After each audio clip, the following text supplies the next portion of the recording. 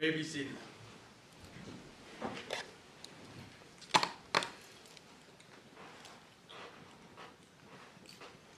right, we are here in the state of Ohio versus Tammy Wotring, case 23 CR 941. We're here for a scheduled probable cause hearing on a motion to terminate community control sanctions. Defendant is in court. She's with her attorney, Mr. John Fatika. Mr. Fatika, what is the defendant's intention at this time regarding the hearings? Good morning, Your Honor. I discussed this matter with Ms. Wotring. She'd like to waive her probable cause and final hearing, accept responsibility for her misconduct, and resolve the violations this morning. Thank you.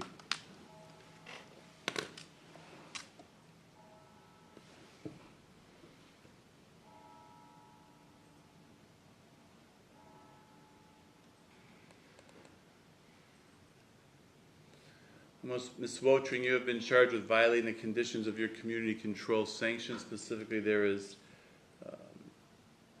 3 alleged violations. The first is a Rule 8 violation. The first 2 are Rule 8 violations. Rule 8 prohibits you from using, possessing, or having under your control any controlled substance not prescribed to you by a licensed physician, and also prohibits the use of alcohol. And as alleged here in the first Rule 8 violation, that you admitted to using heroin the prior week before June 10th. The second Rule 8 violation deals with the urine sample you submitted on June 10th that tested positive for fentanyl.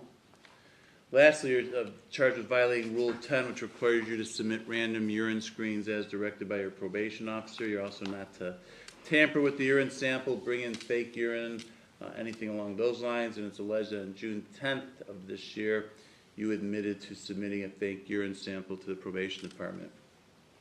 Now, you have the right to have a couple of hearings regarding these allegations. The first we call a probable cause hearing. That's a hearing where the state of Ohio will be required to present some evidence to suggest you probably committed these violations. You then have the right to have a final hearing on the merits. And that would be another day and time if that's what you wanted, to give you time to prepare if you thought that was necessary. And that's a hearing where the state of Ohio will be required to prove the actual merits of what they're alleging. Now, you could have either or both of these hearings, but you can also waive both hearings and plead guilty to the violations. Your attorney has indicated he believes that's what you want to do, waive the hearings and plead guilty. Is that correct? Correct. Well, before I can accept your waiver and your admission to the violations, I need to make sure you understand all the potential penalties you face if you are found to have violated your community control sanctions. If, in fact, that did occur, the court could extend your probation up to 5 years. I could impose more restrictive sanctions against you, or I could terminate your probation and send you to prison. And if I did that, it could be anywhere between 6 to 12 months in prison. You have credit, was it 131 days? Yes, Your Honor. So a little over 4 months, 4.5 months. You understand the potential consequences you face if you are found to have violated your community control sanctions? Yes, Your Honor. Well, having been so advised, what do you want to do at this time then? Do you want to have either of these hearings, or do you want to waive both hearings and plead guilty to the violations? Waive both hearings and plead guilty. Very well, then, as to the first Rule 8 violation for using heroin the week prior to June 10th and admitting to that, what is your plea to that? Guilty. As to the second Rule 8 violation for testing positive for fentanyl on June 10th, what is your plea to that? Guilty. And for the Rule 10 violation for having brought in or submitted fake urine to the probation department, what is your plea to that? Guilty. All right, the court will accept your pleas of guilty, find that you did violate the conditions of your community control sanctions. Mr. Fatika, any reason not to go forward with sentencing? No, Your Honor. Anything you want to say on behalf of your client? I do. I just would like to highlight the fact that Ms. Wotring is appreciative of the opportunities that she's been given. She's been transparent that this was a relapse. She started hanging around people that she knows that she shouldn't have been. But she has made progress despite the positive test. I think her 2 steps forward, 1 step back. She's been transparent with me, and I'm hoping that the court will take into consideration her early acceptance of responsibility in fashioning a sentence here. Thank you.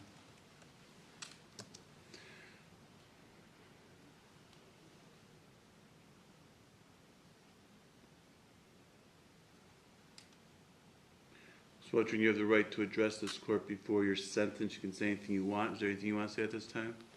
Yes, Your Honor. Like Mr. Fatika said, I am very grateful for the opportunities and the things that I've learned through this process, and the people that I have in my corner, even though I may have relapsed or I have stumbled and I've fallen, you know. But, it's given me the tools to be able to pick myself up and, keep going. And I would just like to very much just get through the system and then continue with my life and do it because it's what I want to do. And the way I want to live my life, not because have to for anybody else, just for me.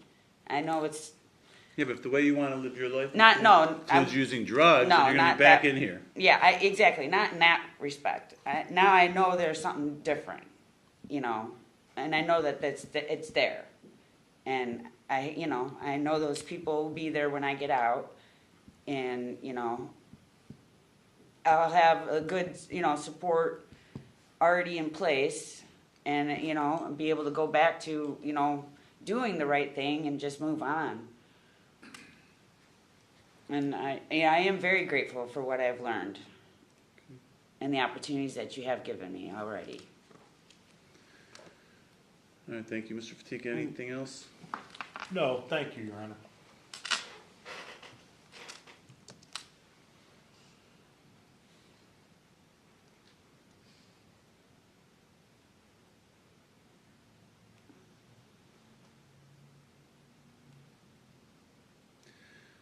Court has considered the facts and circumstances of the underlying offense, the nature of that offense. I've considered the facts and circumstances there. I've considered the violation, the nature of the violation, defendant's performance on probation, what's been said here today by Mr. Fatika, the defendant herself.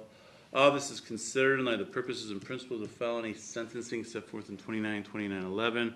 As for the factors in 29-29-12, I will incorporate all the findings I made originally at the time of the sentencing hearings previously held in this matter. With the additional finding today that the defendant has again failed to comply with the previously imposed sanctions ordered by this court. This is their second probation violation in this case since she was originally sentenced. But that's a statutory factor indicating recidivism is more likely. At this point, the court finds the defendant is no longer amenable to any available community control sanctions. She's requesting to give an opportunity to get this over with and do it on her own. I'll give her that opportunity. When she was on probation to me before in the past, she violated multiple times in that case, and she was sent to prison for 11 months. And came back here, it was much longer, and what was it, 12, 13 years later. Sort of the same pattern. In her performance on probation has shown that she is not amenable. So I will terminate the defendant's community control sanctions. I'm going to sentence the defendant to 11 months in prison on count 3. Just credit for 131 days she's served.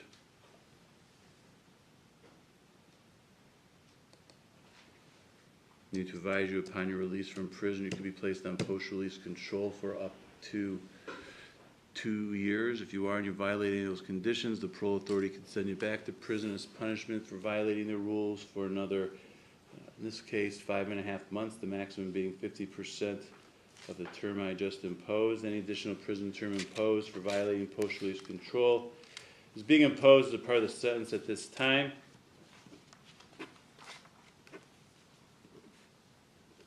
Court disapproves the defendant's placement in a program of shock incarceration, intensive prison program, or transfer to transitional control, and the defendant's ordered to pay all costs.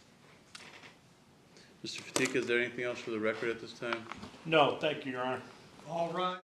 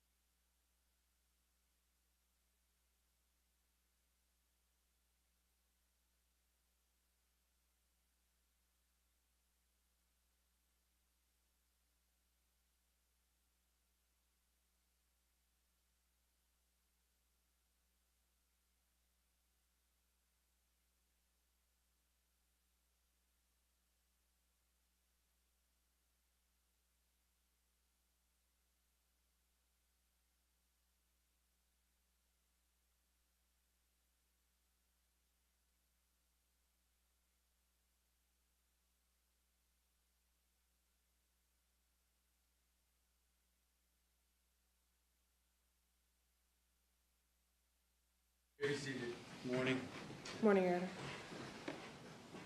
We are here in case 15 CR 929, State of Ohio versus David Hetmansberger. Did I pronounce that correctly? Yep.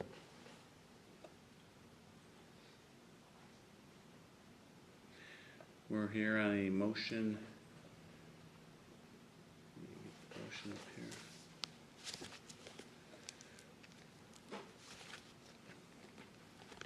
Motion is sealed that was filed by the defendant. He is here in court representing himself. State of Ohio is represented by Barbara Zagretsky. The court, upon receiving this motion, referred the matter to the probation department so they could prepare a report for the court in regards to the defendant's eligibility for this motion. I've received that report, had a chance to review that. So Mr. Hetmansberger, I'm sorry. Tell me why you'd like to have your record expunged, or sealed, I should say. For one, I need like a place to live, and I've been out of trouble for a very long time and stuff.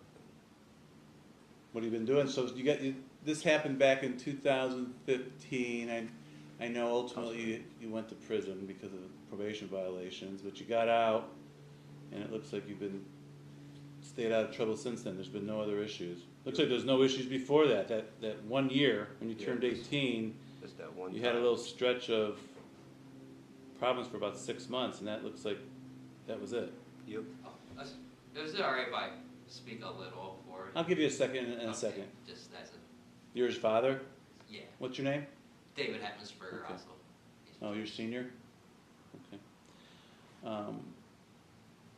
Well, I'll let you be here. What do you want to say, Mr. Hetmansberger? Well, a lot of the reason, because he has an eviction there. We all live at a campground, and he's paying for a lot that's not in his name, but the old offices always let him stay there. But now they're trying to kick me out, my other children, him, and my mom, and then they're charging $300 a week fines. Like, we have like 28 days to go, but he's lived there since, and he helps a lot of elderly people and stuff there. Like, he hasn't been a problem. It's the Are they trying to kick you out because this conviction has something to do with it? Is there something to do with the conviction? Because I couldn't get the background check or whatever, because I have a felony. Yeah, that, I mean, having your record sealed will get rid of that. Yeah. But I guess I was trying to figure out what that had to do with the eviction. Are they trying to evict you because of the? I'll ask your dad. Are they trying to evict you guys because of his record? Yeah, Oh. but they have a background check. But the people before gave him permission. Like, he's been. I bought it for him. Used to be mine, and I sold it to him. But then I moved back. But he paid my mom and everything for it, and it's been there about 8 years. Okay. It's a campground, but it's like where you own a lot. Right. And he needs help from family and stuff. Okay. Where is this campground? Is it in Lake County or Ashtabula? Ashtabula County, Okay. Lake Village Campground. Okay. Well, David, what have you been doing for the last, since you got out? It's been like, what, 9 years? 8, 9 years? Doing a lot of fishing and stuff. Okay. You work at all? I just started one. What are you doing? Do like side work and stuff like that for older people at the campground. Okay. Help them out, like cut their yards. Well, your dad says you've been paying him some money for this lodge. How do you get the money from doing these jobs? And then also I just started a factory job. Where's that? I just ADA Solution in Jefferson. Okay, what do you do there? Put the lurk tiles, the ones on the corner of the street for blind people. We disassemble them pretty much. I just started there for maybe like a week or two. Okay, what kind of money you make there? Not too sure, but I think it was like 15 something an hour. Okay. Okay, so you just started doing that. How often are you working there? Like how many hours you get? 5 days a week. Okay. You enjoy that? Yeah, something different. Okay. I have a job for a very long time, so You haven't had one in a long time, you said? yeah. So But he paid that. It was years ago. He paid that off, and he's voluntarily put. You paid what off? Oh, the campsite, although Oh. it was in my name. 'cause Oh, it I was see what over you're saying. a loan, But And he's voluntarily put himself through rehab and stuff when he was younger. He's been sober since. Have you had any issues with that going on lately? With No, drugs the or only, anything? last time I went to rehab was for like alcohol. Okay. I was drinking a lot of alcohol, and then it was like a year or two ago, I went to actual, signed myself in and did all that. You've been doing well with that since then? Yep, Good for you. What about drugs? Ever since this happened? don't touch that. Okay, good.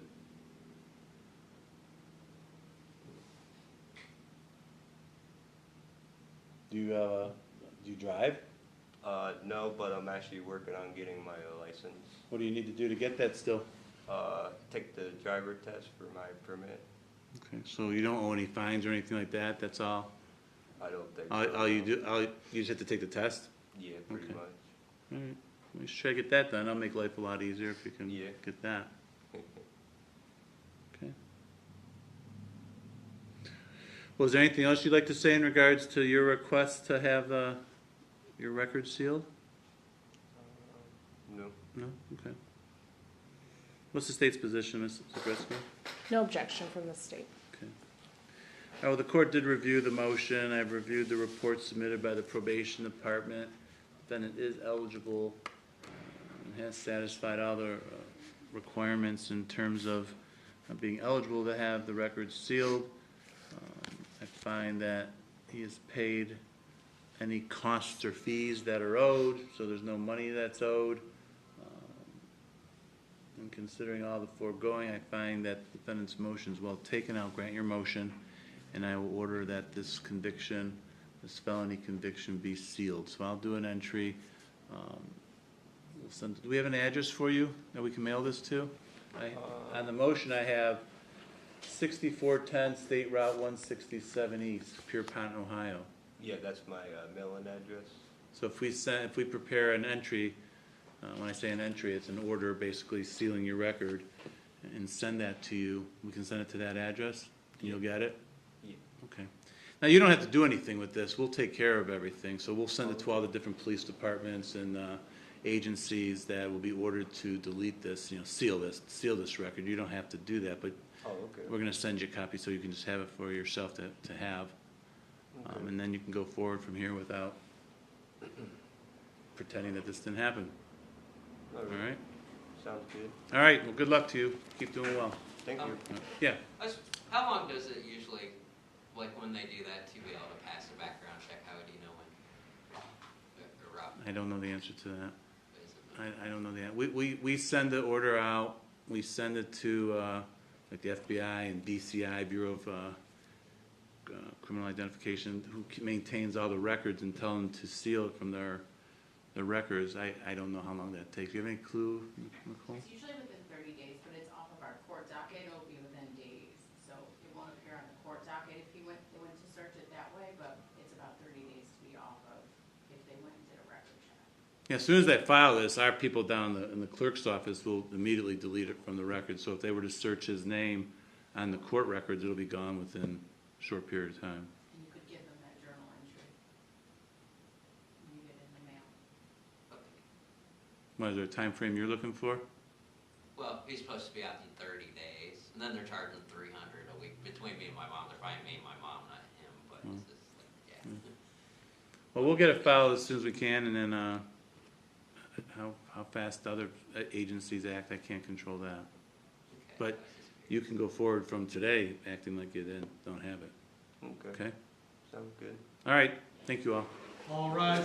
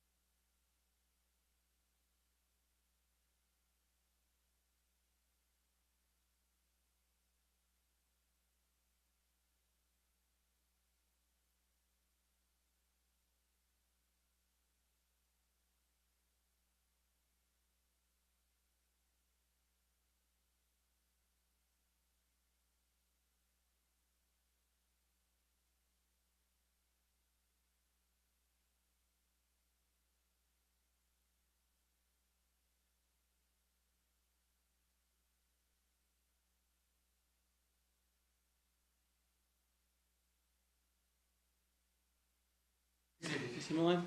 Good morning, Your Honor. We are hearing case 25 CR 762, State of Ohio versus Damian J. Willis.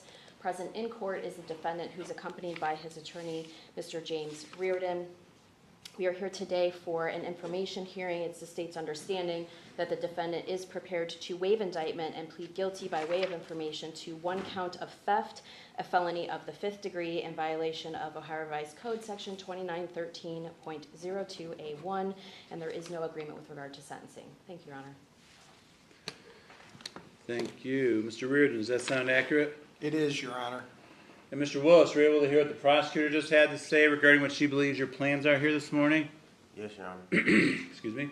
She indicated to the court she believes that your desire to waive your right to have this case presented to a grand jury, and I'll explain in a moment what that means in more detail, and to then go ahead and plead guilty to the charging information, which I will also review with you to make sure you understand that. We would then defer sentencing to get a pre-sentence investigation completed, come back on a future day for sentencing, where there's no agreement between the parties regarding any recommendations for sentencing. Each side is free to recommend to the court whatever sentence they believe is the right thing to do. Is that your understanding of the discussions that took place between your lawyer and the prosecutor and what you want to do today? Yes, Your Honor. Well, before I could accept your plea, I need to make sure you understand everything going on here. I need to make sure you understand what it is you're charged with and pleading guilty to, the rights you have that you give up by pleading guilty, as well as all the possible penalties you face. So for me to determine all those issues, I will ask you a series of questions. If at any point when I'm asking you the questions, if you're unsure, unclear of anything I'm asking you, if you need anything repeated or clarified, if you want a moment to talk with your lawyer to ask him questions, or even if you want to ask me questions, make sure you let me know that, because I need to make sure you understand everything going on, all right? Yes, Your Honor. All right, let's get started then. How old are you, sir? 41.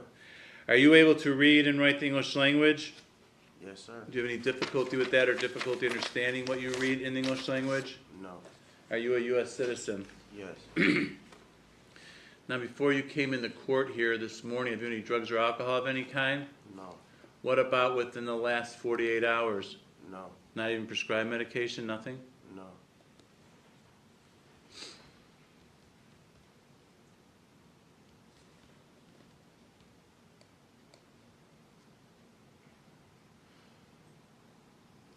Now, did you receive a copy of the information that was filed in this case? That's the document that sets forth the specific charge you're accused of committing and what you're going to be pleading guilty to? Yes. Had a chance to review that?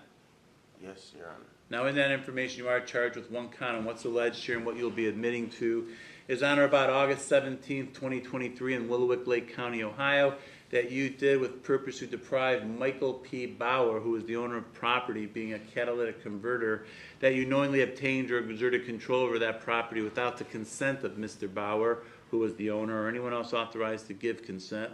It's further alleged the value of that property was over $1,000, which makes the offense theft, a felony of the 5th degree. Do you understand what you're charged with and pleading guilty to in this case? Yes, Your Honor. Any questions about it for me? No, Your Honor. Well, then before I can accept your guilty plea, I need to make sure you understand all the rights you're giving up by pleading guilty. And you first of all have a right to have this case presented to a grand jury. So that document that I just read to you, that is called an information. And information is a criminal charge brought by the prosecutor's office without this case having previously been reviewed or considered by a grand jury. What a grand jury is, it's made up of a group of citizens here from Lake County that get together and they meet privately. They meet in secret for the purpose of evaluating evidence in cases to determine whether probable cause exists that someone committed a crime. Probable cause is defined as some evidence that would suggest a person probably committed a criminal offense. Everyone in the state of Ohio accused of a felony has the right to have a grand jury independently review the evidence in a case and make a decision without the government being involved in that decision, whether someone should be charged or not. And you have that right as well. But you can give up that right if you desire, and you can go forward on this charge brought by the prosecutor and the information. And your attorney has indicated he believes that's what you want to do and that's how you want to proceed. Is that correct? Yes, Your Honor.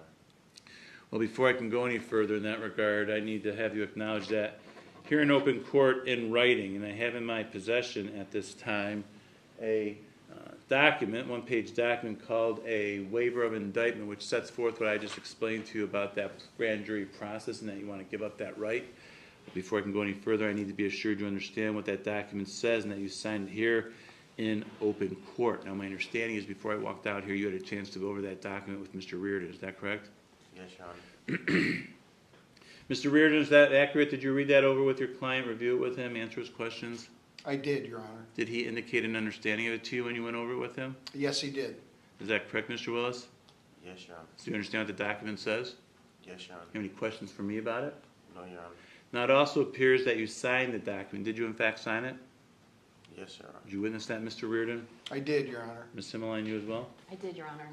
All right, I'll make that document part of the record. At this point, I'm going to review with you, Mr. Willis, all the other rights you have that you are giving up by pleading guilty. And you, first of all, have the right to have a trial. And that trial could be to me as a judge, where I listen to all the evidence and I make that ultimate decision whether you're guilty or not guilty.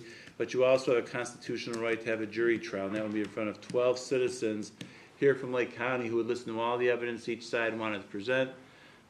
Those jurors would consider and weigh all that evidence, and then those 12 jurors would make that ultimate decision. And that ultimate decision would have to be a unanimous decision. That means all 12 jurors would have to agree together, one way or the other, whether you're guilty or not guilty of this charge. You understand that? Yes, Your Honor. You understand by pleading guilty, you're giving up your right to have a trial? Yes, Your Honor. Now, if we had a trial, you'd have the right to have an attorney represent you at the trial. If you could not afford an attorney, the court would appoint one for you free of charge. Do you understand that? Yes, Your Honor. Now, at a trial, the prosecutor here, she would be representing the state of Ohio, and she would have what we refer to as the burden of proof. With her having the burden of proof, what that actually means is that it is her job, or she bears the responsibility or the obligation to prove you guilty before you could ever be found guilty. You're presumed innocent of this charge, and that presumption of innocence sticks with you and remains with you until the state, if at all, was ever able at a trial to overcome that presumption of innocence and prove you guilty. Do you understand that? Yes, Your Honor. Now, when I talk about this burden of proof, since this is a criminal case, that burden is what we refer to as proof beyond a reasonable doubt. And that is the highest burden we have in our justice system. And what it means, it's the amount of the evidence and the quality of that evidence that the state has to present at a trial to prove you guilty. So in this case, the state would have to present evidence to prove each element or each part of the charge I just read to you beyond any reasonable doubt before you could ever be found guilty of that charge. You understand that? Yes, Your Honor. You understand by pleading guilty you're giving up your right to make the prosecutor prove you guilty beyond a reasonable doubt? Yes, Your Honor. Now, in order to try to do that, if we were to have a trial in this case, the prosecutor would bring witnesses into the courtroom here to testify for the state by answering questions from the prosecutor. Once those witnesses answered the prosecutor's questions, then your lawyer would have the right on your behalf to ask those same person's questions, and we call that cross-examination. He could ask them anything he wanted to within certain rules. Do you understand that? Yes, Your Honor. Do you understand by pleading guilty you're giving up your right to cross-examine or confront those witnesses that would come in here and testify against you? Yes, Your Honor.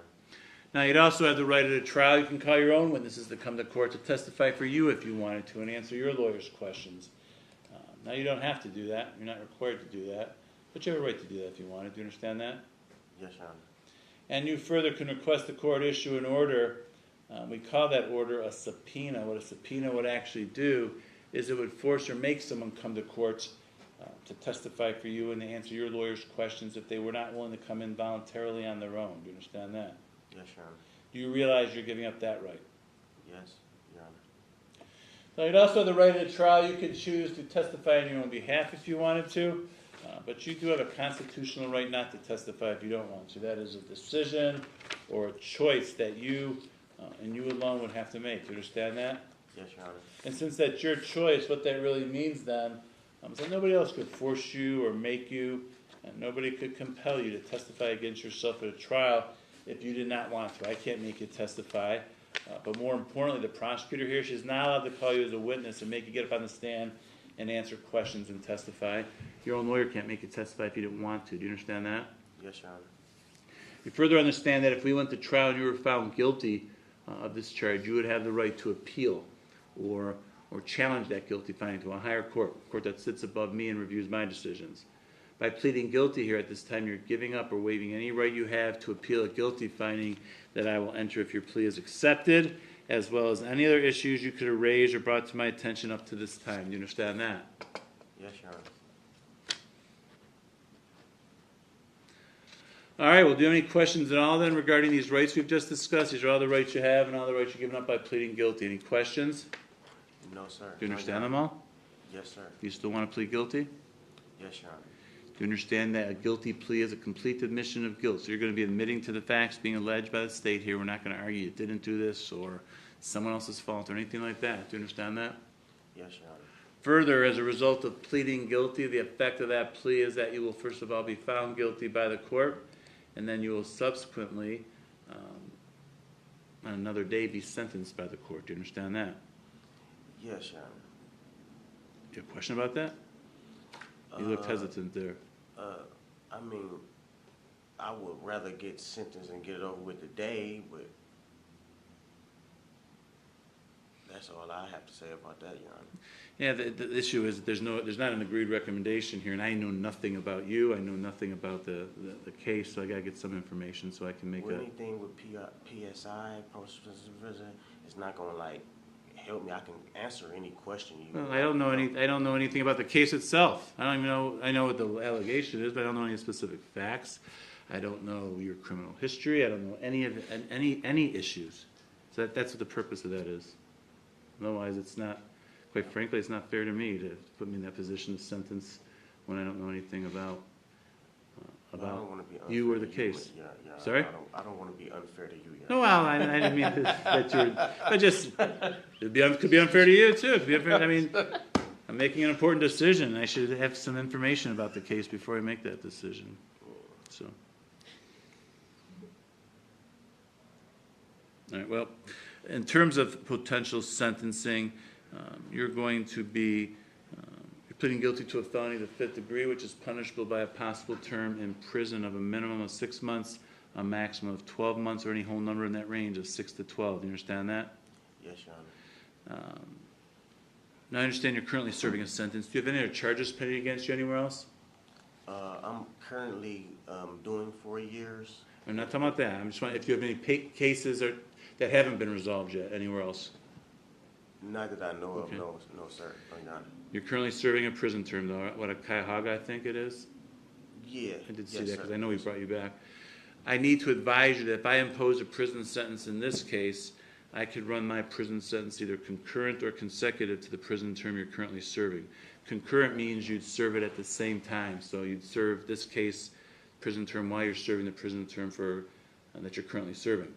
Consecutive means you'd have to complete this prison sentence you're serving now, and then you would serve the sentence that I impose. Do you understand the difference there? Yes, Your Honor. Okay. If a prison sentence is imposed in this case upon your release from prison, you could be placed on post-release control in this case. It could be for up to 2 years. Post-release control we sometimes refer to as parole. It's a period of supervision you would be on after you served and completed the prison sentence, whatever it was, and it could be, again, up to 2 years. Do you understand that? Yes, Your Honor. And if you were put on post-release control and never violated any of the rules of your supervision, the parole authority could send you back to prison, return you to prison as punishment for violating the rules for another 9 months for each violation you committed, up to an overall maximum of 50% or half of whatever the prison term was imposed by the court. Do you understand that? Yes, Your Honor.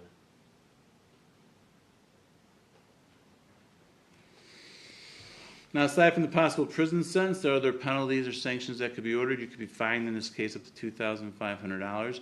You could be ordered to pay court costs. You could also be ordered to reimburse the county for any cost of confinement, community supervision, or treatment, if any of that were applicable. Do you understand that? Yes, Your Honor. You could also be ordered to pay restitution to any victim for any economic loss any victim may have suffered as a result of the conduct involved. Do you understand that? Yes, Your Honor. Now, a few moments ago, I did explain the possible prison sentence. I used the word possible. Prison's not mandatory in this case. You are eligible, technically, for probation or what's called community control sanctions. Do you understand that? Yes, Your Honor. You understand just because you're eligible doesn't mean it would be automatically be put on probation. It means I would consider it if that's what you were requesting. I'd look at all the information presented. Then I'd make the decision I thought was the right thing to do. Do you understand that? Yes, Your Honor. If you are put on probation, it could be for up to 5 years, and as judge, I have discretion to order a wide variety of rules or conditions for you to follow. One of the conditions could be an order that you serve a term in our Lake County Jail of up to 6 months as a condition of your probation. You understand that? Yes, Your Honor. Further, if you are on probation and you were violating the conditions, we would have a hearing to see if you're what's called a probation violator. If it was determined that you were, I could extend your probation up to 5 years. I could impose more restrictive sanctions against you, or I could terminate your probation and send you to prison. If I did that, again, it could be 6 to 12 months in prison, and that could be or would be consecutive to any other prison sentence you're serving at that time and that you may be getting sentenced to at that time. You understand that? Yes, Your Honor. Lastly, when we do go forward with the sentencing hearing, you have the right at that time to say anything you want. Anything you want me to know or consider. Your lawyer could speak on your behalf. He can recommend the sentence to the court. The prosecutor can also recommend the sentence to the court. Do you understand that? Yes, Your Honor. Do you understand that whatever anyone says at sentencing regarding what they think the sentence should be, it is just what I said. It's a recommendation. I don't have to follow that if I didn't think that's what should be done. You understand that? Yes, Your Honor.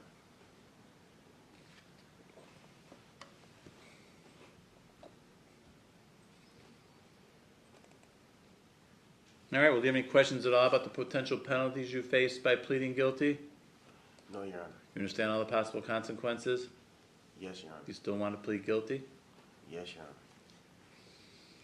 Have you had enough time to go over the case with your lawyer and have him answer your questions, review the reports with you? Yes, Your Honor. Are you satisfied with his advice and counsel? Yes, Your Honor. Has he, or has anyone for that matter, made any promises to you about what's going to happen at sentencing, which is inducing you to plead guilty here? No, Your Honor. Have you been threatened or coerced in any way to plead guilty? No, Your Honor. Are you entering this guilty plea freely and voluntarily? Yes, Your Honor. All right, then. Do you have any questions for me, Mr. Willis, regarding anything we just talked about? The rights you're giving up, the penalties you face, what you're pleading guilty to? Any questions at all? No, Your Honor. Do you need any more time to speak with Mr. Reardon before we go forward with your actual plea? No, Your Honor. All right, then what's going to happen at this point, the prosecutor here is going to explain from you what she believes the evidence would show if I did have a trial, or if we did have a trial. I want you to listen to her because I got some questions for you about that, all right? Yes, sir. Ms. Himmeline? Thank you, Your Honor. Had this matter proceeded to trial, the state would establish beyond a reasonable doubt that on August 17th, 2023, in the city of Willowick, Lake County, Ohio, the defendant used a saw to cut off the catalytic converter from the victim, Michael Bauer's vehicle, that being a 2013 Mitsubishi SUV, while that vehicle was parked in the parking lot of the apartment building where the victim resides. This was done without the consent or authorization of the victim, and the damages to the victim's vehicle totaled $2,433.07. Thank you, Your Honor. Thank you.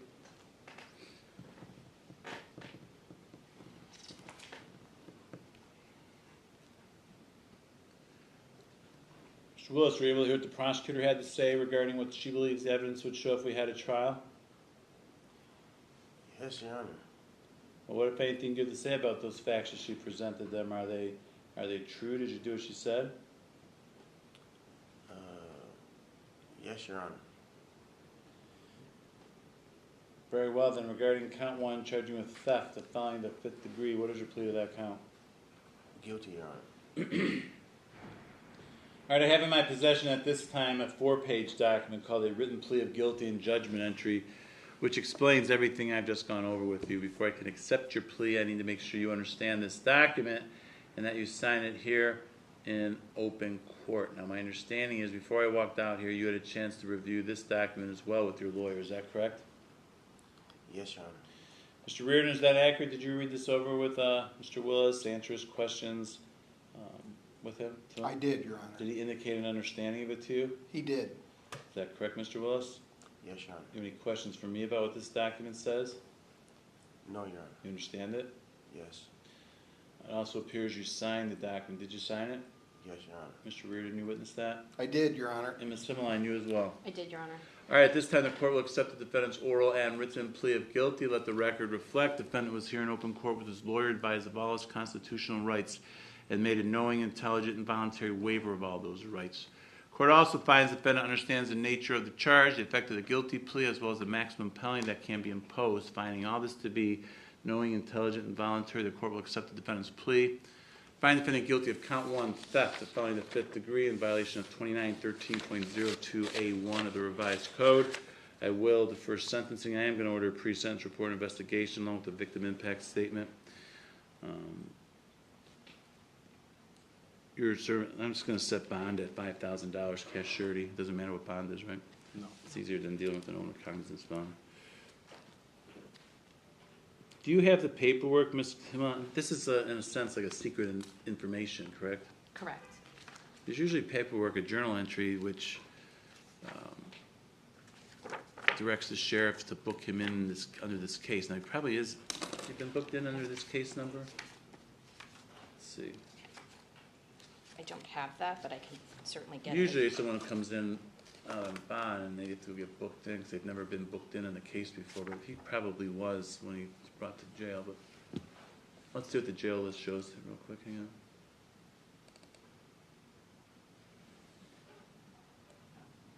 You don't have that entry? The only entry I have is for setting bond, and then I have a waiver of arraignment, but I don't have any other paperwork to book him in and out. I can get that, though. Well, let's see if it's necessary. No, he's being held on this case, so he has to be booked in on this case. That's all right. All right. Anything else for the record, Ms. Tinline? No, Your Honor. Mr. Reardon? Nothing further, Your Honor. Thank you.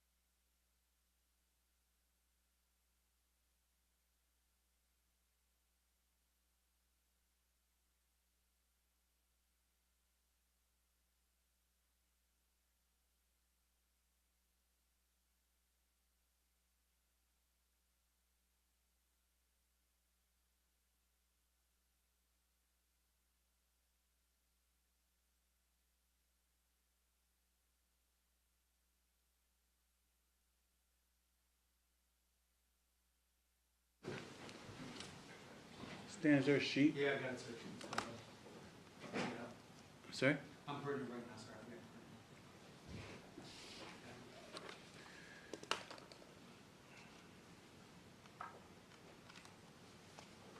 President case 24 CR 332, State of Ohio versus Virginia Long. We're here for a final hearing on a motion to terminate community control sanctions. Been a previously waived probable cause. We're here for the final hearing. She is here in court with counsel, Mr. James Reardon. Mr. Reardon, what is the defendant's intention at this time regarding the final hearing? Your Honor, she will plead guilty to the violation and proceed to sentencing. Thank you.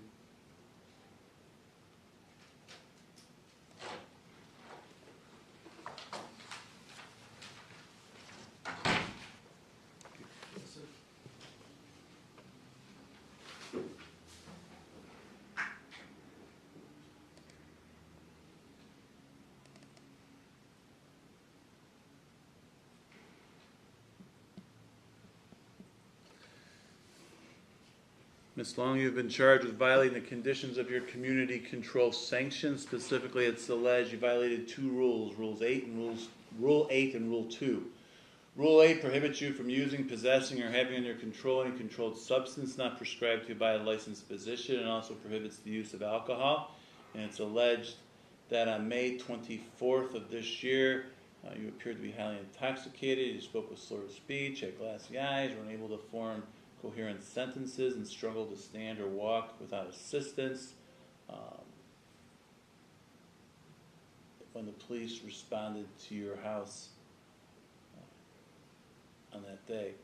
It's then alleged you violated Rule 2, which requires you to report immediately to your probation officer any contact you have with law enforcement officers, and you failed to contact and immediately report to the probation department the contact you had with the police department on May 24th.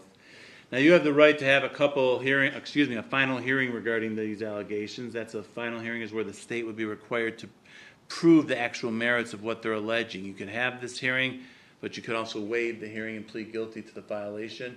Your attorney, as you heard, just indicated he believes you want to waive the hearing and plead guilty. Is that correct? Correct. Well, before I can accept your waiver, in your plea, I need to make sure you understand the potential penalties you face if you're found to have violated your community control sanctions. If, in fact, that did occur, the court could extend your probation up to 5 years. It can impose more restrictive sanctions against you, including jail time, or it could terminate your probation and send you to prison. And if I sent you to prison, it could be anywhere from 6 to 12 months in prison. Do you understand the potential penalties you face if you're found to have violated your community control sanctions? Yes, Your Honor. Well, having been so advised, what do you want to do at this time? Do you want to have the final hearing, or do you want to waive the hearing and plead guilty to the violation? Plead guilty. Very well. As to the allegation that you violated Rule 8 by drinking alcohol, what is your plea to that? Guilty. As to the allegation you violated Rule 2 by failing to report contact you had with the police officer to your probation officer, what is your plea to that? Guilty. All right, the court will accept your plea, find that you did violate your community control sanctions. Give me one moment, please.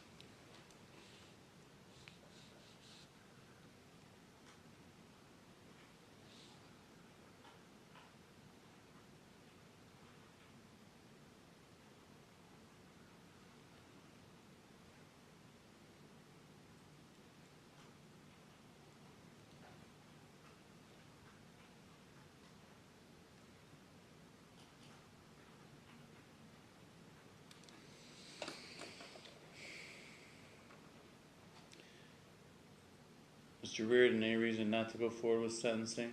No reason, Your Honor. Anything you want to say on behalf of your client? Yes, Your Honor. Good. A few things. I'm asking the court to consider keeping Ms. Long on community control sanctions.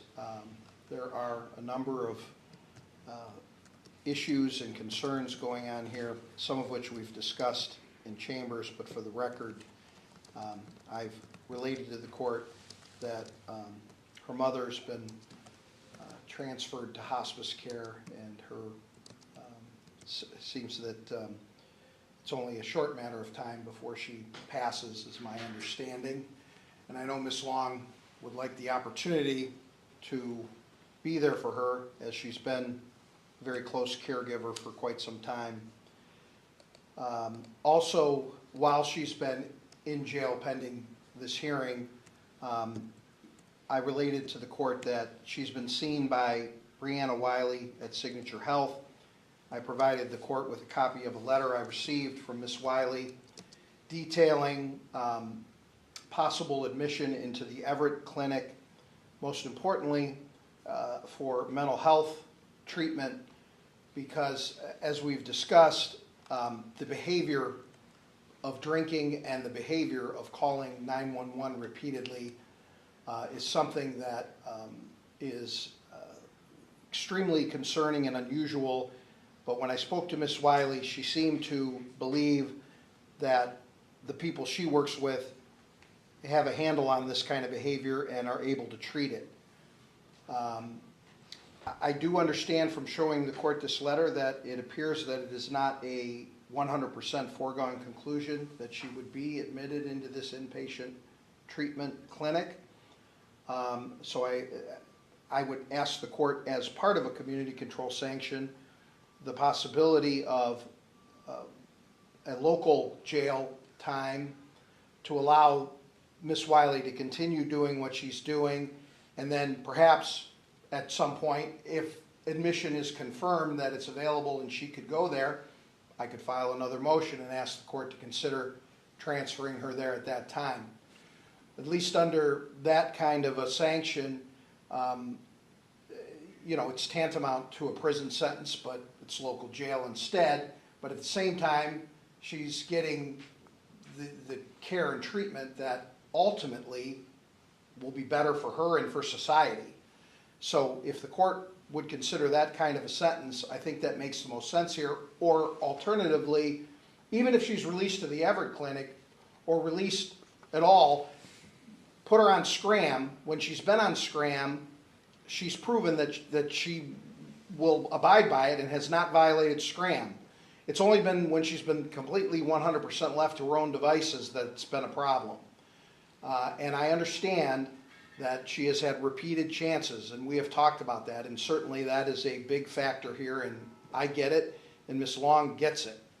But I do believe with her very great family support and the current circumstances going on and some of the follow-up that's been done, I think there's a very good chance that this time she'll be able to comply and actually improve her mental health, her physical health, and behave. So I would ask the court to consider that. Thank you. Ms. Long, you have the right to address the court before you're sentenced. You can say anything you want. Is there anything you want to say at this time? Yes, Your Honor. I admit to calling 911, non-emergency number. I apologize. I'm asking for apologies from the court.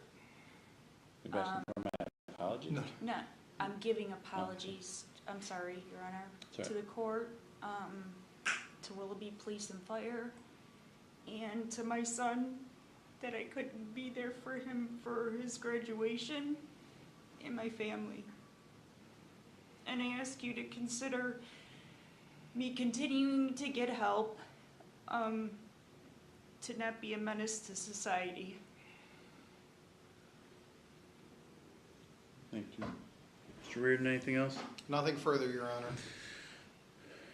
This court reviewed the original pre-sentence report and investigation, all the original reports that have been prepared, the facts and circumstances of the underlying offense, the nature of that offense, the defendant's performance on probation, the nature of the violations that have occurred. Consider what's been said here today. All this is considered in light of the purposes and principles of felony sentencing set forth in 292911 of the revised code. For the factors in 292912, I'll incorporate all the findings I've made throughout this case regarding the seriousness factors and the recidivism factors, with the additional finding at this time that the defendant has again failed to comply with the previously imposed sanctions ordered by this court. This is now her third violation that she is back here for. And not only does this one entail drinking, but she actually committed and engaged in the same conduct in the same act, which was the underlying criminal offense. Again, calling 911. Repeatedly. It wasn't just the one time you called. You called it multiple times.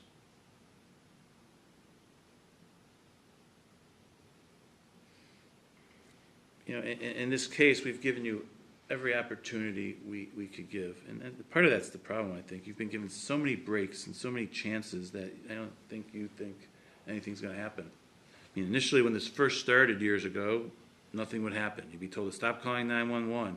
And then you initially get charged, and they only charge you with misdemeanors instead of felony charges because they're giving you a break. And there was several convictions for that. And then it finally come over here as a felony, and what they do, they reduce the felony to a felony of the 5th degree. They give you another break. Then you get probation, you violate. You get probation, you violate. You get probation, you violate. We're here for the 3rd violation. We've put you through every treatment resource we have, JTP, Oak House, NeoCap. And you got out here and didn't even last 2 weeks. Lasted a little over a week. You wanted to get out so you can be at your son's graduation. And that was just 10 days later. You couldn't do that. I mean, there's nothing more we have here that you'd be amenable to.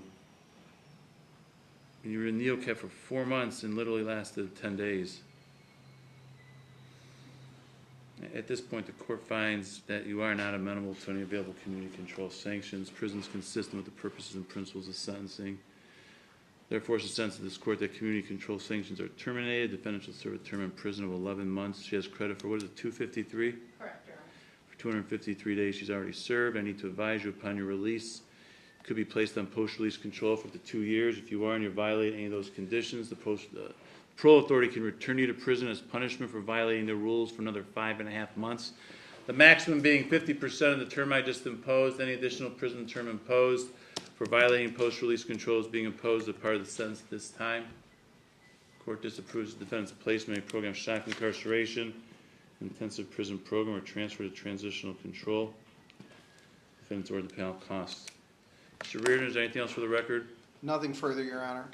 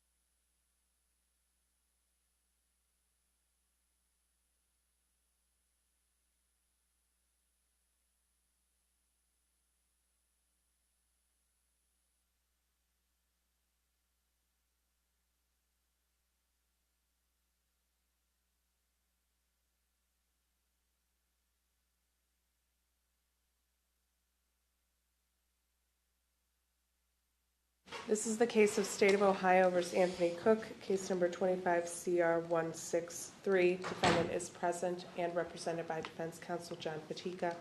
We're here today for the sentencing in the matter.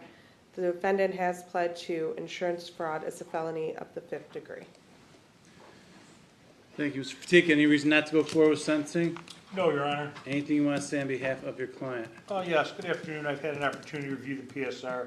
I'd like to highlight the fact that Mr. Cook has no prior felony convictions, 2 misdemeanors, one from 24, one from 2015, no offenses of violence. He was forthcoming during his PSR interview. We had early acceptance of responsibility here as he pled by way of information. He's employed, has a valid driver's license.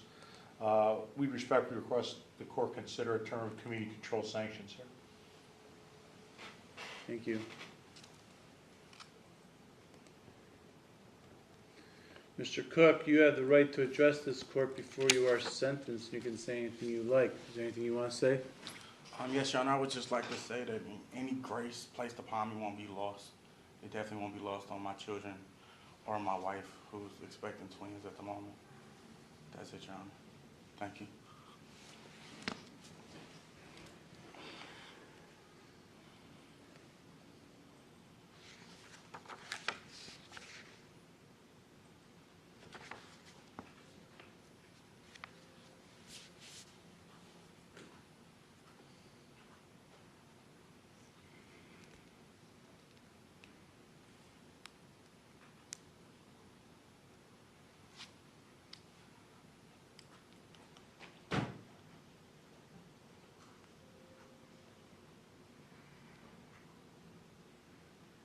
I guess I'm trying to figure out whether you admit to committing this offense or you don't admit to committing this offense. Because you said both here with the probation department when you met with them. But when you last met with the probation department, you were interviewed, you pretty much denied committing the offense. Can I speak, Your Honor? Yeah, please, 'cause I can't figure it out otherwise. You told the probation department that the insurance company requested receipts, which you submitted. They felt they were fabricated. You said they weren't. You said you have no way to, you admit that you really did make those purchases, and Your Honor, I totally apologize for the confusion. I committed the offense. The receipts were not real. then why did you say they were? I don't recall telling her that I said that they were, Your Honor. I'm sorry. She asked us a lot of questions. Asked me a lot of questions, went over my life and stuff like that. She asked me if I felt like I did anything wrong. I told her I felt that I did something wrong. I don't want the court to feel like that I don't feel like I did anything wrong, that I feel like I'm not supposed to be here. I absolutely should be here. I absolutely feel like I did something wrong. What did you do wrong? I committed insurance fraud by submitting receipts, and you will never see me again in this courthouse.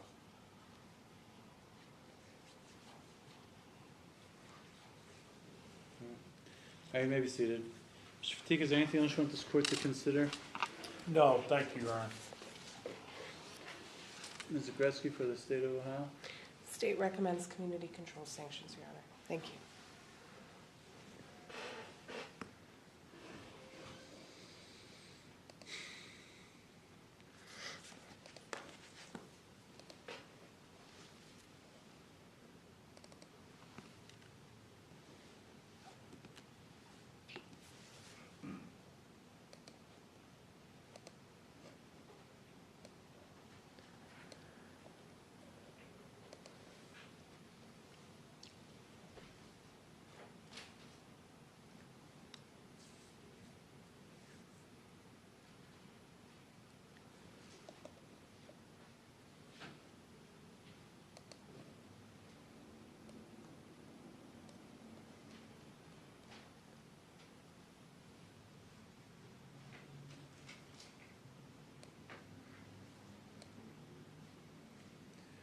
This court reviewed the pre-sentence report and investigation and considered the facts and circumstances of the offense involved, the nature of the offense involved. I've considered what's been said here in court by Mr. Fatika, the defendant, the recommendation from the prosecutor. All of this is considered by the court and are the purposes and principles of felony sentencing set forth in 29:11. For the factors in 29:12, factors indicating the conduct is more or less serious. There's nothing standing out to the court that indicates it's any more or less serious than the normal conduct that constitutes this offense. As for recidivism factors, the court finds the defendant does have a brief history, 2 prior misdemeanor offenses. This is his first felony, though. The 2 misdemeanor prior convictions. Factors indicating recidivism is less likely, again, aside from drug abuse offense in 15 and disorderly conduct in 24, there's no other criminal history here with the defendant.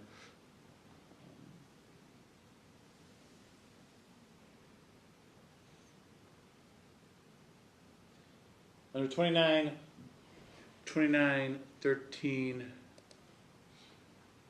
B1, the court doesn't find any factors present indicating, or doesn't find any factors present. The court finds in this case that prison would not be consistent with the purposes and principles of sentencing, and the defendant is amenable to an available community control sanction. So I'm going to place the defendant on community control sanctions for a period of 2 years. There's going to be consequences, though. I mean, you knew what you were doing. You knew what you were doing was illegal. And if you got caught, you knew what would happen. I'm going to order that the defendant serve 30 days in jail. Further conditions, you're not to use any drugs or alcohol. Must submit random urine screens. They have to be negative. A positive screen's a violation. To obtain and maintain full-time employment. Not to have any contact with the victim here. Liberty Mutual, correct, Mr. Kretzky? Yes, Your Honor. Liberty Mutual. I'm going to order that you enter and successfully complete our Decision Points program. And that may get started while you're in the jail, and you'll finish it on the outside. And you're to perform 25 hours of community service, pay your court costs, and supervision fees. Ms. Newman, anything else I should think about here? Not at this time, So, Mr. Cook, you understand all the conditions of your community control sanctions? Yes, Your Honor. Any questions for me? No, Your Honor. I need to advise you, if you fail to comply with any of these conditions, any of the rules of probation, if you leave Ohio without permission from the court, or if you commit another crime while you're on probation, a motion to terminate your community control sanctions will be violated. If it's found that you violated, I could extend your probation up to 5 years. I could impose more restrictive sanctions against you, which could include an order that you serve local jail time, or I could terminate your probation and send you to prison. And if that happened, it would be 12 months in prison, which would be consecutive to any other sentence you may be serving at that time for something else, or that you're being sentenced to at that time. All right, Mr. Gretzky, anything else for the record? No, Your Honor, thank you. Mr. Patika? Oh, thank you, Your Honor. All rise.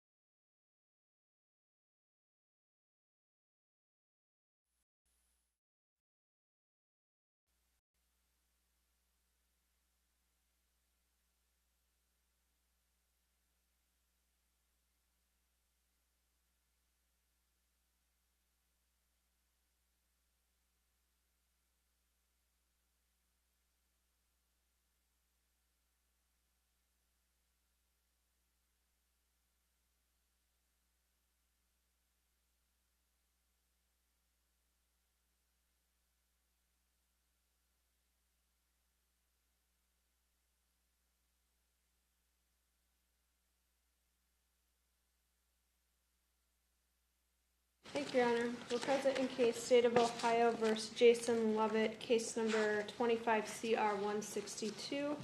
The defendant is present today in court represented by attorney Chad Mulkey.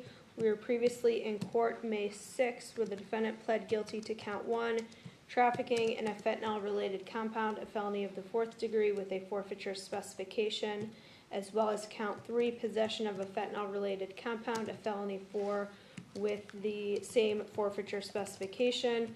This matter was then referred for a pre-sentence report and a drug and alcohol evaluation, and we are scheduled for sentencing here today. Thank you. Thank you. Mr. Mulkey, any reason not to go forward with sentencing? No, Your Honor. Anything you'd like to say on behalf of your client? Yes, Your Honor, thank you. Your Honor, I've learned my client is 24 years old. He's relatively young. I have learned that he does have a child, a 3-year-old daughter that he provides for. He indicates to me that he's currently employed at Healing Home Healthcare. He's been there approximately 4 months. He's also indicated that he works Monday through Sunday. His hours are 8 to 2 there. I noted that on his report and his background, he has a welding certificate. It looks like a mechanical engineering experience as well.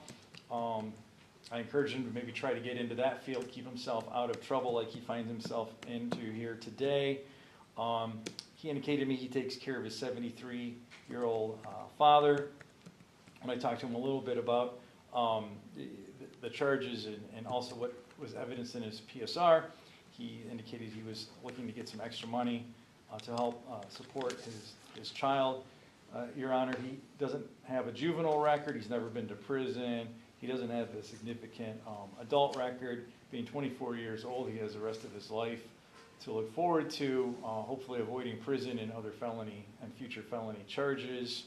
I think he just needs some guidance with making some better decisions along the way. He doesn't appear to have a drug use problem. This is a trafficking and possession case, and I'd like for him to learn from this experience. I think he would like to learn from this experience to not in any way have any future dealings or with substances of any type, Your Honor.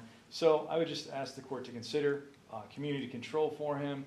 He'd be willing to do anything that probation asks of him and follow any and all court orders regarding any treatments, assessments, or anything else, Your Honor. Thank you. Thank you.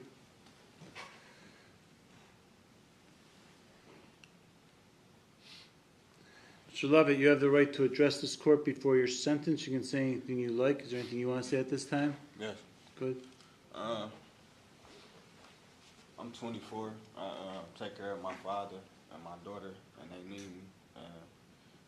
I own up to my actions that I did, and it'll never happen again. I was just trying to get extra money to take care of my child because I'm the only one there to provide for my father and my daughter. My father don't have no family members in Cleveland, Ohio. They all either deceased or in Alabama, and I'm just doing the best that I can to make sure that they are all right because my father, he's a diabetic, and he's not doing too good, and I'm his home health aide as well, and I'm just doing the best that I can for them.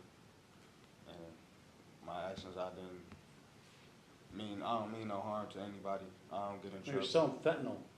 What do you think happens to people that use fentanyl? You don't mean harm to them? People are dying all over the place from fentanyl. Correct. If you're selling people, there's people like you that if someone dies, they buy the drugs from you, you're going to prison for manslaughter. You know that? That's happening. It's happening in cases all over the place. Drug dealers, people that sell drugs to somebody, fentanyl, and they overdose and die, they're getting charged with manslaughter. We're handling a lot of those cases here. You can't tell you didn't mean to harm anybody. That's what providing fentanyl to people is doing. It's killing people, let alone harming them. Understandable. Well, do you understand that selling drugs is illegal? Yes. And if you do something illegal, what happens? You get punishment for it. And what's that? Jail time. Yeah. You knew that. You know that. You knew that before you did this, and you decided to do it anyway. And now you want no punishment. That you knew that you were engaging in conduct that was illegal, and if you got caught, you'd go to jail, and that's what happened, and now you want to avoid those consequences. You took that risk, that gamble, and now you want to avoid the consequences for losing that bet. Where do you get the drugs from that you're selling? I found it. You found it. Yeah. Where, just on the street? Walking down the street, you just found drugs in the street? Yeah. Yeah. And so how did this person that you sold the drugs to know that you just happened to find drugs on the street and they should reach out to you because they knew apparently that you just found some, so you came into this fortune and they knew to contact you because you had drugs to sell? I actually ran into him at a store. And you told him, I got these drugs to sell? He approached me. Why would he approach you? I don't know, maybe because They don't approach me when I'm in the store saying, hey, you got drugs you can sell? They only approach people that they know have drugs to sell. he probably think that I was a black guy with tattoos. Oh, is that what it is? Any black guy with tattoos that you can approach them and say, hey, you got drugs you got fentanyl I can sell? You want me to believe you found drugs on both of these times?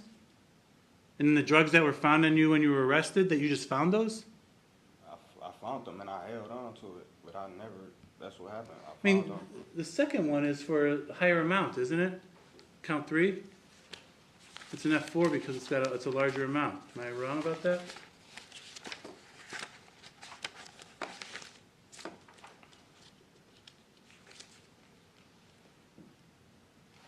Ms. Wood?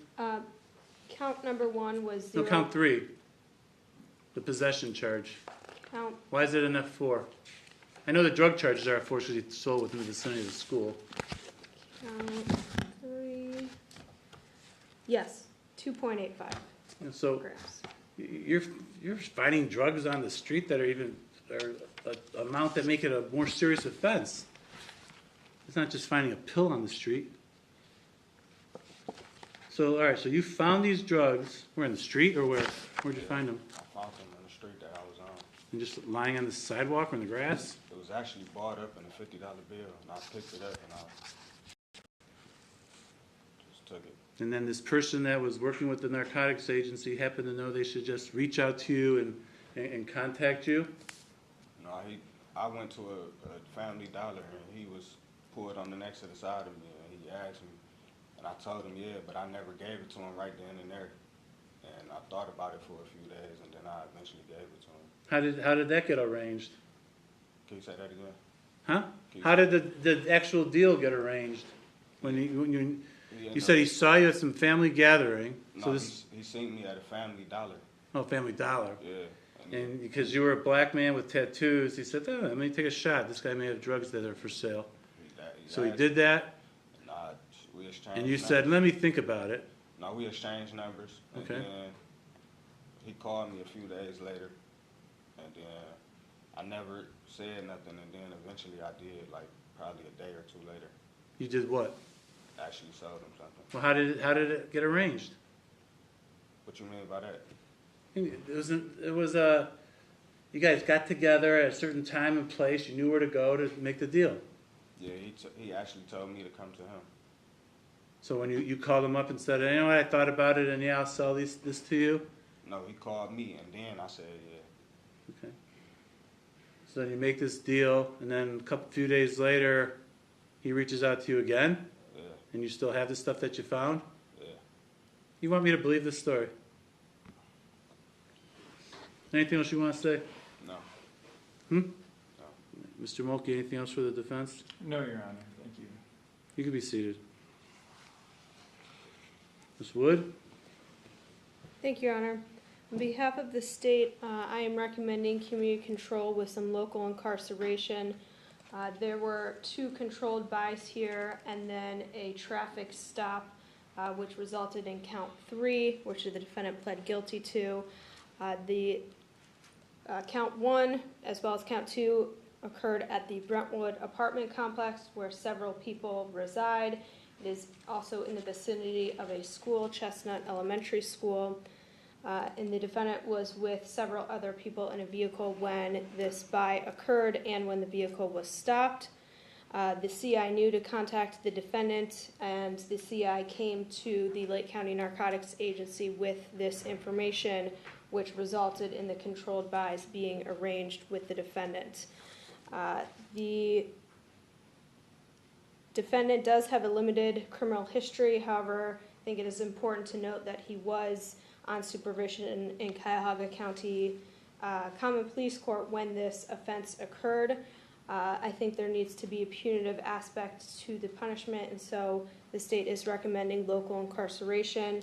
I'm also asking that the items be forfeited that are listed in the forfeiture specification as well. I think that also a drug and alcohol and mental health evaluation would be beneficial to the defendant to address any potential substance abuse or mental health issues that he is currently suffering from, and to follow all recommendations. Thank you. Thank you.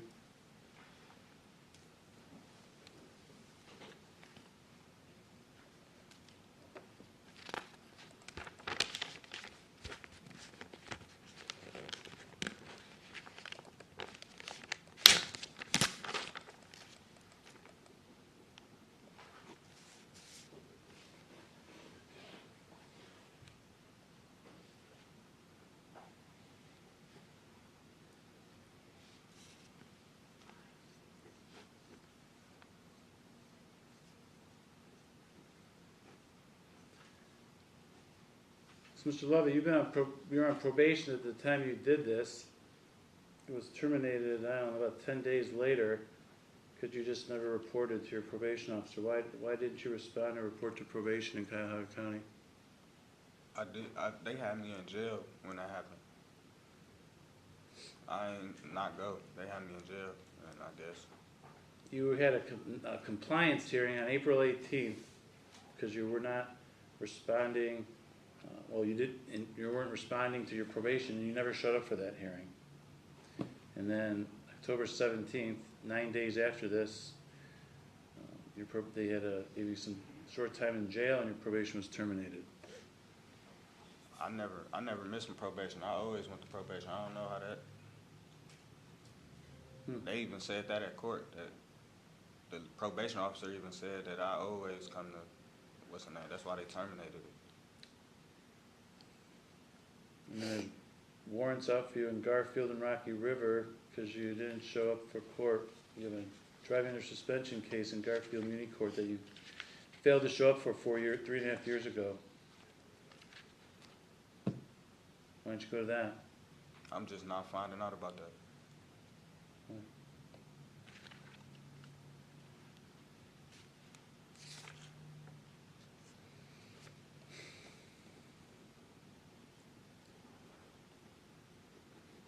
This court reviewed the pre-sentence report and investigation. I considered the facts and circumstances of the offenses involved, the nature of the offenses involved.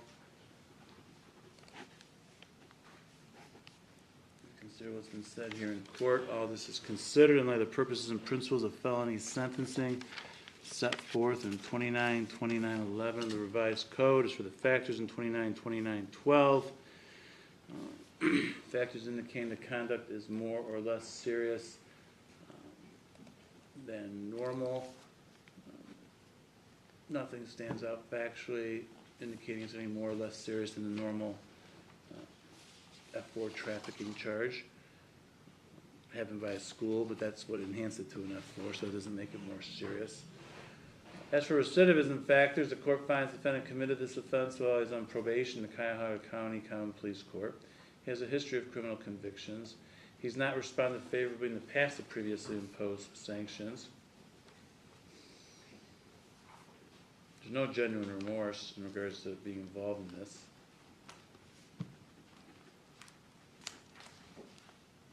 And the story that he's told is completely unbelievable. As for factors indicating recidivism is less likely, I'll note there's no prior delinquency adjudications, which is a statutory factor under that category. The court doesn't find any factors in the 29-2913B1. I'll strike that. The court finds the defendant committed the offense while on community control sanctions, so that is a factor under 29-2913B1, which eliminates the presumption for probation, permits the court to impose a prison sentence without having to make any special findings for that.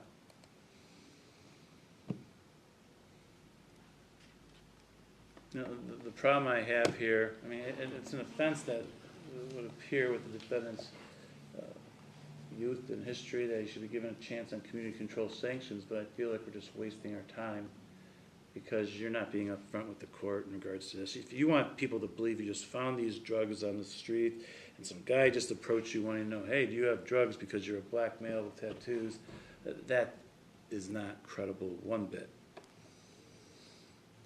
And then you've been on probation, you committed this while you were on probation, because according to the probation department there, you were non-compliant.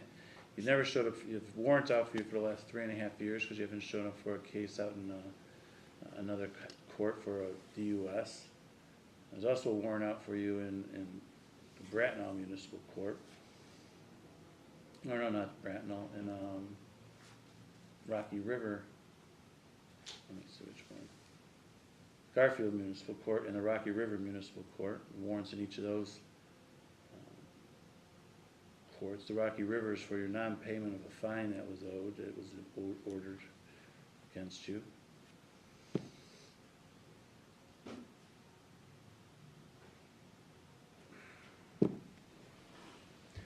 I will find at this time that prison would not be consistent with the purposes and principles of sentencing, and that you're amenable to an available community control sanction. I hope you could prove me wrong.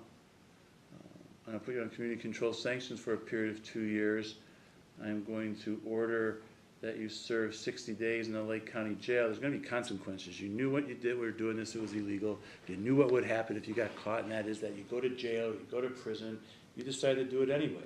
And now you don't want to face the consequences for the conduct that you engaged in, knowing what would happen if you got caught. And that's not going to happen. So 60 days in jail, credit for 3. I'm going to order the defendant enter and successfully complete the decision points program. He clearly needs some help with decision making. He says this is an easy way to make money. Well, selling drugs and committing crimes, believing that that's an easy way to make money is not good thinking, and you need help with making better decisions. So I'm going to order that program. Further conditions: you're not to use any drugs or alcohol. You must submit random urine screens. They need to be negative. A positive screen will be a violation. You're not to tamper with urine samples, bring in fake urine or someone else's urine. If you screw around with the urine sample, that's even more serious to me, quite frankly, than testing positive. You're to obtain and maintain full-time employment. You pay your court costs and supervision fees. I want you to get a drug and alcohol evaluation and follow whatever recommendations are made for any type of counseling or treatment if they believe that that is something that you should do. I also want you to obtain a mental health evaluation. You mentioned that you have some issues or believe that anxiety may be a concern, is a concern of yours, so get a mental health evaluation, and whatever recommendations are made for any type of counseling or treatment to address that, you need to follow those recommendations. Take any and all medications as prescribed. I'm going to order the forfeiture of the contraband and instrumentalities.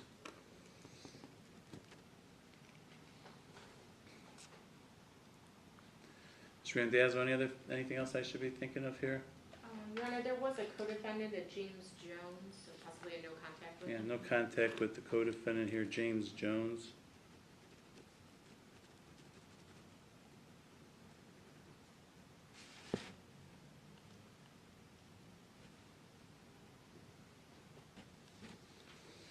Mr. Love, you understand all the conditions of your probation? Yes. Any questions for me?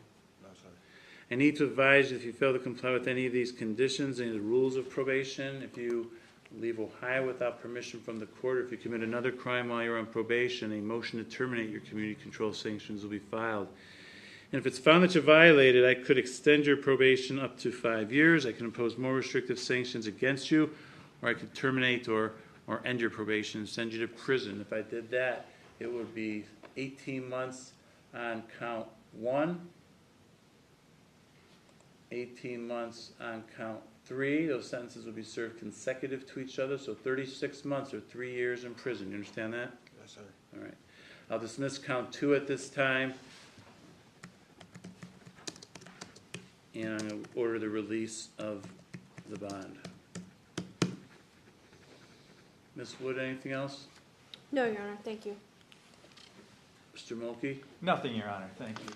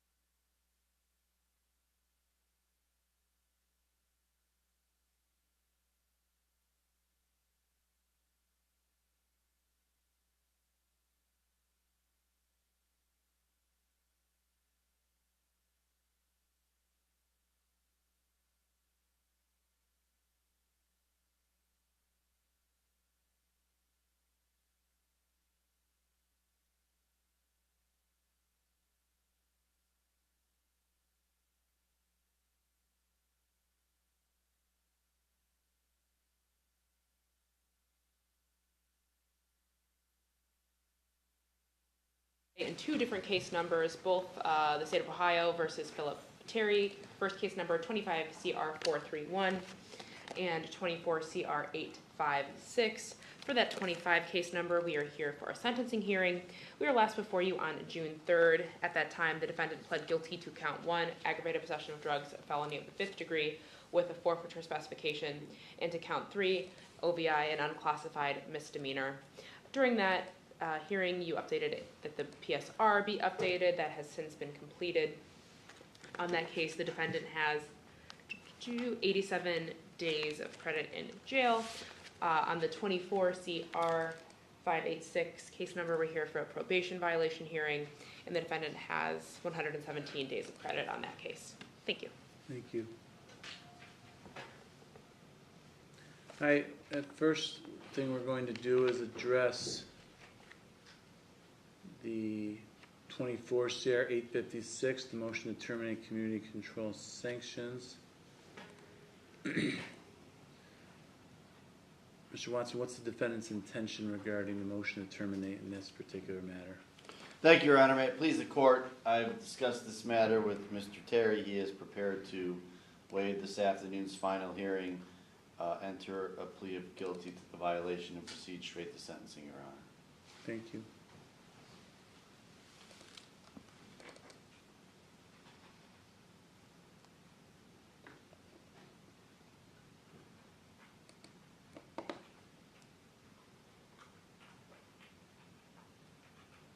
One second.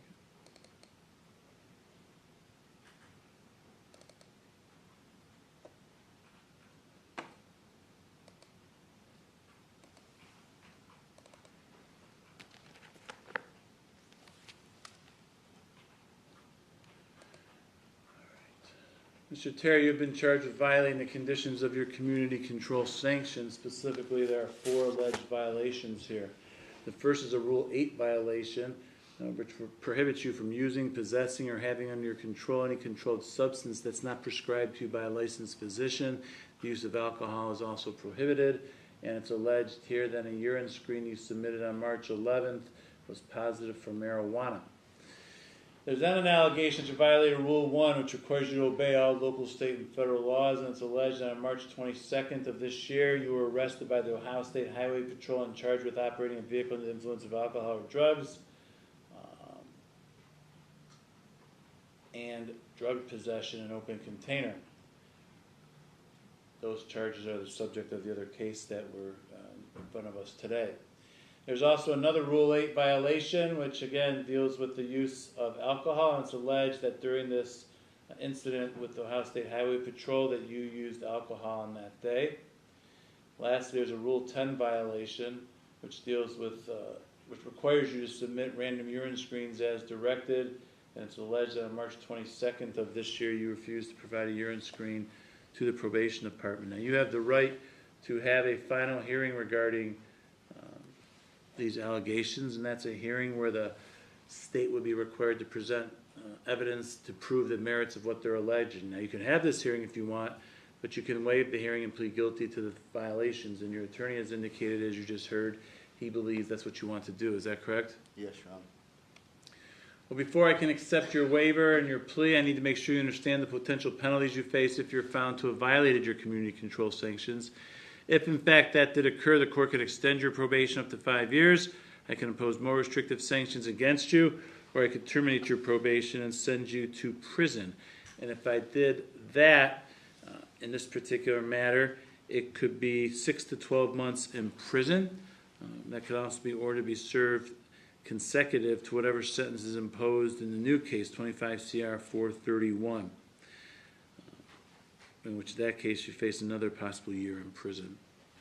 You understand the potential penalties you face if you're found to have violated your community control sanctions? Yes, Your Honor. Well, having been so advised, what do you want to do at this time? Do you want to have the final hearing, or do you want to waive the hearing and plead guilty to the violations? Yes, Your Honor. Waive the hearing and plead guilty to the violation. And very well, as to the first Rule 8 violation for testing positive for marijuana on March 11th, what is your plea to that? Guilty. As to the allegation for committing new offenses, the OVI and the possession of drugs while you were on probation, what is your plea to that? Guilty. As for the second Rule 8 violation for drinking alcohol. What is your plea to that? Guilty. And for not providing a urine sample on March 22nd, the Rule 10 violation. What is your plea to that? Guilty. All right, the court will accept your pleas of guilty, find that you violated your community control sanctions. It's now the court's intention to proceed to sentencing not only on this case, the 24 CR 856 case, but unless you have any reason not to proceed to sentencing, Mr. Watson on the 25 CR 431 case will do that as well. We're prepared for both cases, Your Honor. All right, then, is there anything you'd like to say on behalf of your client in regards to both of these cases? Thank you, Your Honor. May it please the court.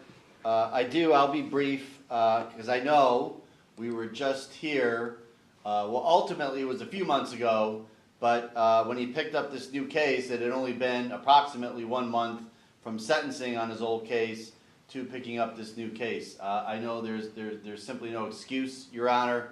The court gave Mr. Terry a chance at probation, and he didn't even last a month before picking up a new case with drugs involved, which was the prior case. I would like to point out to the court that Mr. Terry has indicated he's never had residential inpatient treatment. I've had a lot of discussions with him over the past few months about his behaviors, his decision-making, where he's at in life. And I think Mr. Terry agrees, certainly, that he's not headed down, he's gone down the wrong path. And he does want to make a complete change. And he realizes that it's not just probation and getting back out into society, because I made it very clear to him that if this court were to even consider any type of probation to continue him on that, that he's going to need a much more in-depth approach, an inpatient facility. And Mr. Terry told me he would welcome that if the court would consider it. Now, through my office, Your Honor, Ms. Erin Mayer, M-A-Y-E-R, for the record, she's the social worker. She did reach out to Lake Geauga. Apparently, Your Honor, the way Lake Geauga is handling it now is that they are keeping Mr. Terry on the radar. If the court would consider him going there, they would make a bed available as soon as possible. Or in the alternative, Your Honor, I know we had some discussions in chambers, if the court would consider NeoCap as opposed to prison. I think Mr. Terry can really benefit from a more harder core approach to sobriety than what he's been doing in the past. I know we had discussions at his last sentencing that his participation was lackadaisical at best when it came to his IOP. But again, Your Honor, sitting the past almost 3 months at this point in the county jail, Mr. Terry has had a real wake-up call in talking with him. He's been in contact with his family. You're going to hear from him in just a minute, Your Honor. But I know there's a lot of prison time. I know this court has a lot of discretion this afternoon as to what direction it can go. I am hoping the court will consider one last chance at a community control sanction with whatever restrictions the court wants to impose. Give Mr. Terry an opportunity to show this court that he in fact can complete probation, that in fact he can be sober. Thank you, Your Honor. Thank you. Mr. Terry, you have the right to address the court before your sentence. You can say anything you'd like. Is there anything you want to say at this time? Yes, Your Honor. I would like to start off by apologizing to the court and to the city of Mentor for breaking the law. And I would like to accept full responsibility for my actions. And I know I was just here not too long ago, but while I was out, I did go to all my AA meetings. I obtained a sponsor. I started working at Planet Fitness. I had 2 weeks left in aftercare. I did community service at the Salvation Army. And I would like to ask the court if they would consider reinstating my probation and giving me a chance at the treatment facility at Lake Geauga. All right. Thank you, Mr. Terry.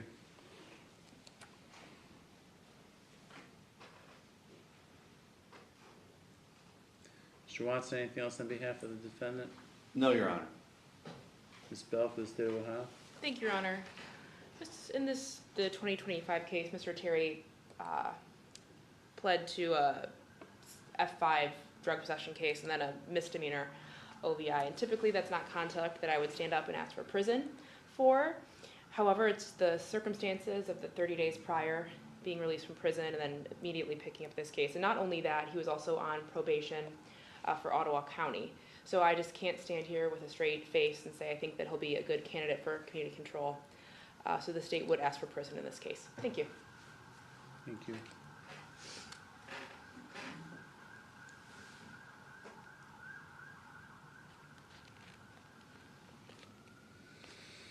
This court did review the original, the pre-sentence report in 24 CR 856, as well as the updated pre-sentence report that was completed in 25 CR 431.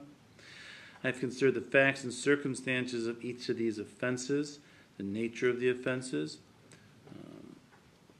I've considered what's been said here in court by Mr. Watson, the defendant himself, the prosecutor, and the recommendations from all parties. All of this is considered by the court in light of the purposes and principles of felony sentencing, which are set forth in 2911 of the revised code.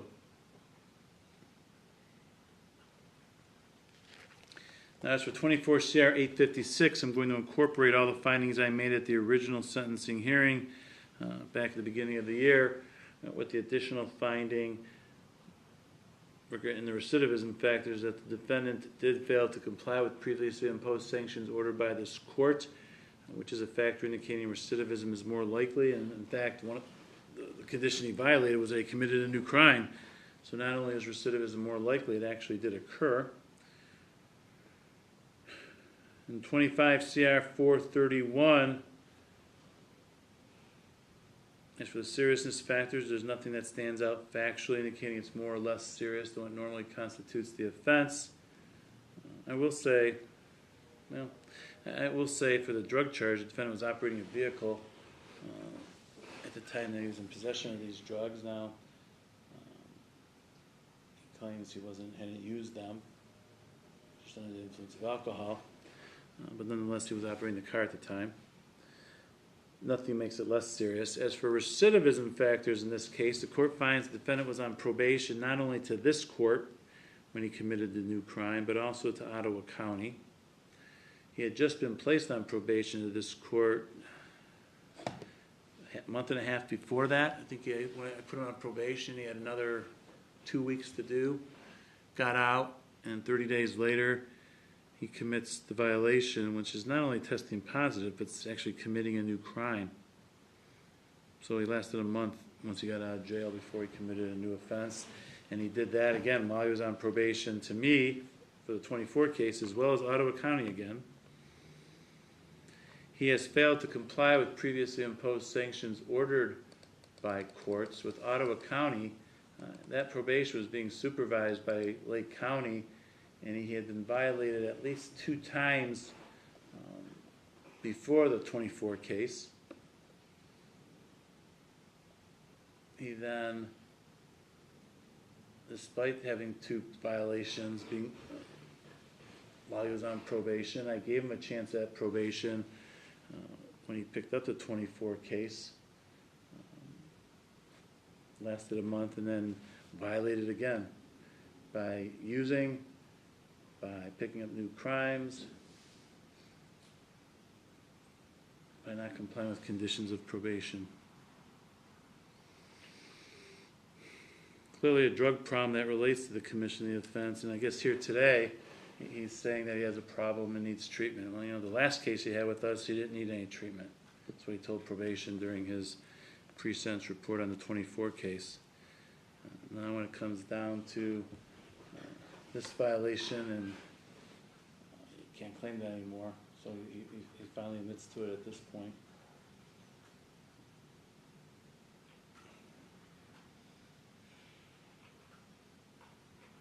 The biggest problem here in regards to these recidivism factors is just the multiple probation violations. You've been on probation before and you just can't follow the conditions of probation. You've had multiple opportunities in Ottawa County. Despite all the violations, I gave you a chance, and you immediately violate and use. commit new crime. And even before this case, there was issues with your attendance at things that you were supposed to go to. There's no way at this point that this court can make a finding you're amenable to community control sanctions. You have demonstrated for several years here that you aren't. That you're not going to be able to comply with the rules and conditions of probation. I mean, it's clear.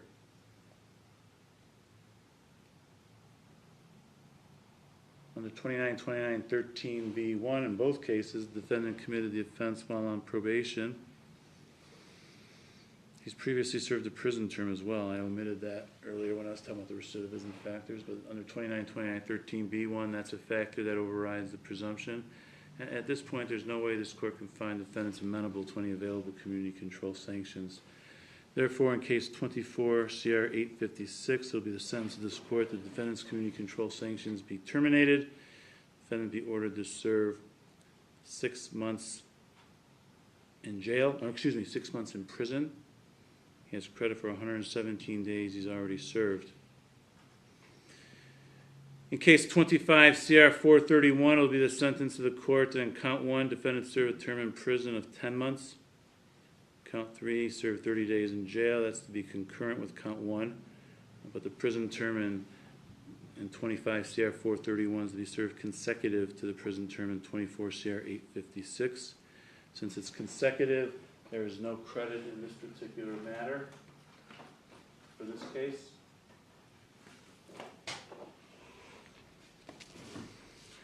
Court will further, on count 3, fine the defendant a mandatory fine of $850. On count 1 and 3, I'll suspend his driver's license for 2 years on each count. It's concurrent, so 2 years total. Those are mandatory license suspensions I'm required to impose.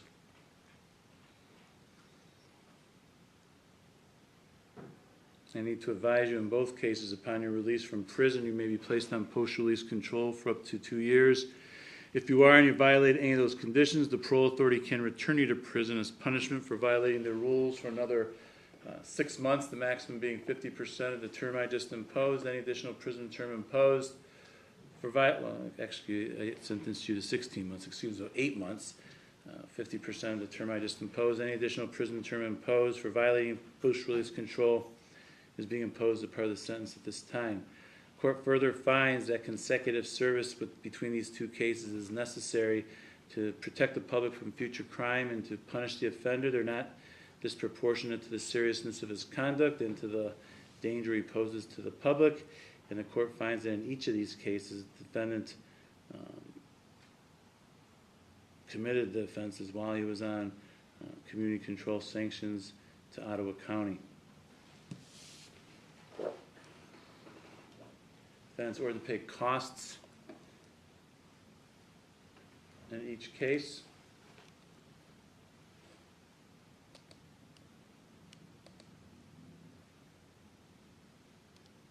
Was there a forfeiture spec in the new case, 25 case? Yes, Your Honor. I order the forfeiture of the contraband and instrumentality set forth in the forfeiture specification.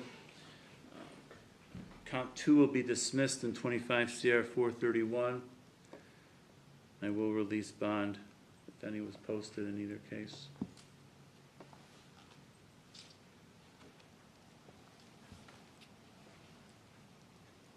I think that covers everything. Is there anything else for the record, Ms. Bell? Nothing further, Your Honor. Thank you. Mr. Watson? Nothing further, Your Honor. Thank you. All rise.